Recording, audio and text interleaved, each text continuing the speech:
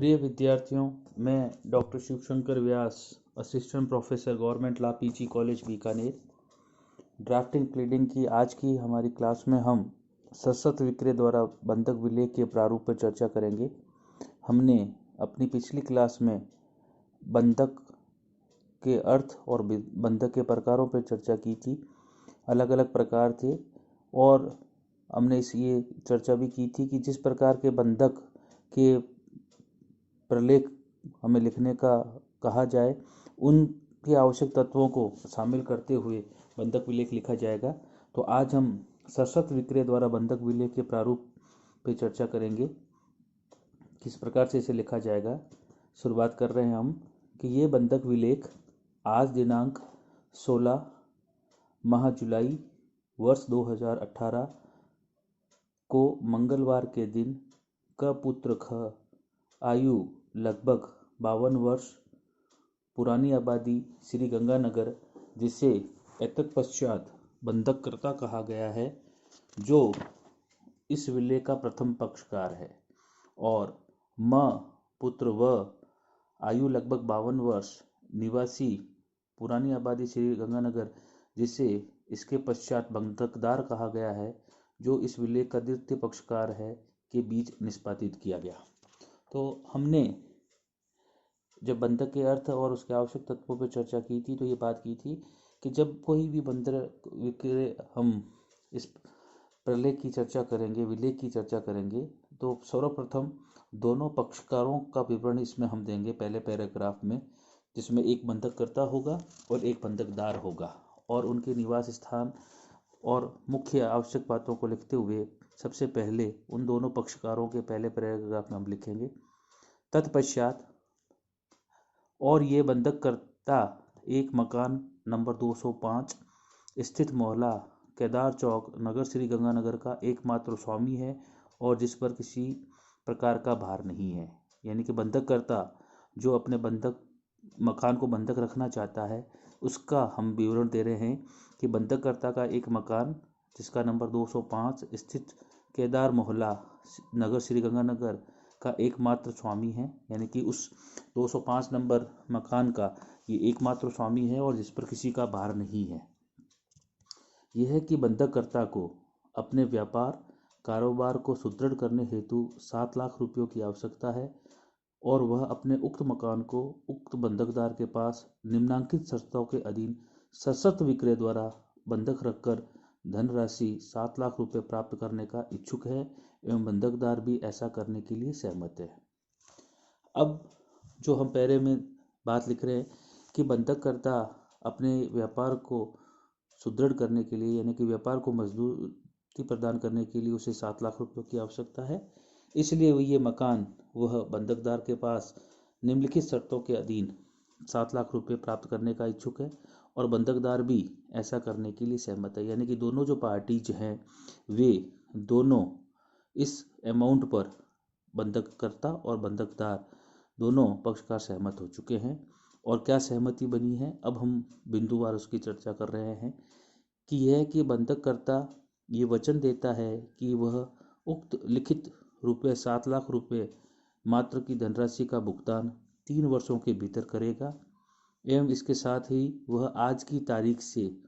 प्रति संदाय की तिथि तक 6% प्रति वर्ष की दर से ब्याज का भी भुगतान करेगा। 2 पक्षकार हो गए, दोनों पक्षकारों का हमने विवरण ले लिया।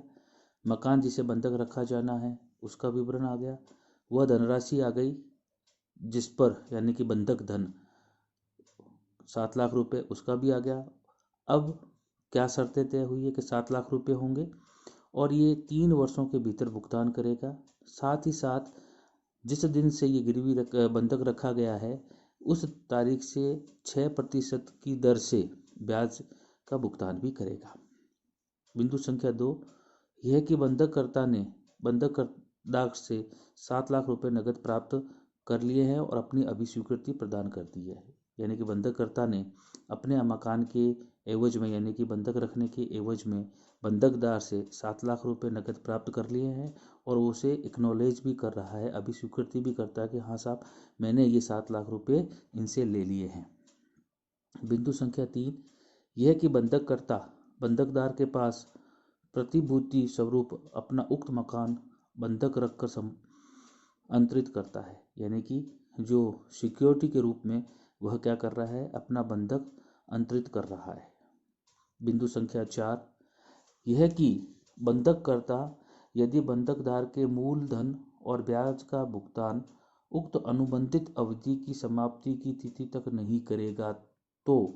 उक्त मकान बंधकदार के पक्ष में अंतिम और आत्यंतिक रूप से विक्रय हुआ समझा जाएगा एवं बंधककर्ता को उसे विमोचन कराने का अधिकार नहीं रह जाएगा। कि यदि बंधककर्ता बंधकदार जिससे कि उसने 7 लाख रुपए लिए हैं, हमने ऊपर लिखा है, मूलधन और ब्याज का भुगतान करने में असक्षम रहता है तो बंधकदार के पक्ष में ये जो मकान रखा गया है वह अंतिम और आत्यंतिक रूप से विक्रय हुआ समझा जाएगा और बंधककर्ता को उसके विमोचन का अधिकार नहीं रह जाएगा। इंपॉर्टेंट बिंदु संख्या 5 कि यहाँ पर जो बंधककर्ता और बंधकदार शब्द के अंतर्गत उनके दायद, उत्तराधिकारी, निष्पादक, प्रशासक, समनुदेशक भी सम्मिलित समझे जाएंगे।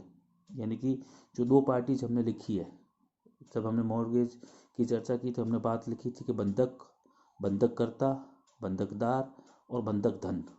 इन सब की बातों की हमने चर्चा कर ली थी। तो ये कहता है कि जो बंधककर्ता और बंधकदार है, इन शब्दों में क्या क्या शामिल है, उनके दायद, उत्तराधिकारी, निष्पादक, प्रशासक, समनुदेशक, ये भी इसमें शामिल माने जाएंगे। उपयुक्त के साक्ष्य में हम दोनों पक्षकारों ने श्री गंगानगर स्थान पर ऊपर लिखित दिनांक को निम्नलिखित 2 साक्ष्यों के समक्ष एतद द्वारा हस्ताक्षर कर दिए हैं। यानी कि ये जो पूरी हमने डीड लिखी है उसमें 2 साक्ष्यों के सामने हस्ताक्षर कर दिए हैं।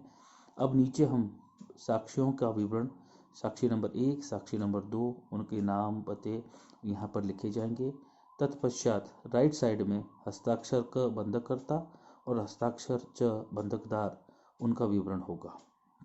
और साथ ही साथ में बंधक संपत्ति का पूर्ण विवरण, यानी कि जो साथ में अटैच किया जाएगा अनुसूची, वो क्या होगी, वो होगी बंधक संपत्ति का पूर्ण विवरण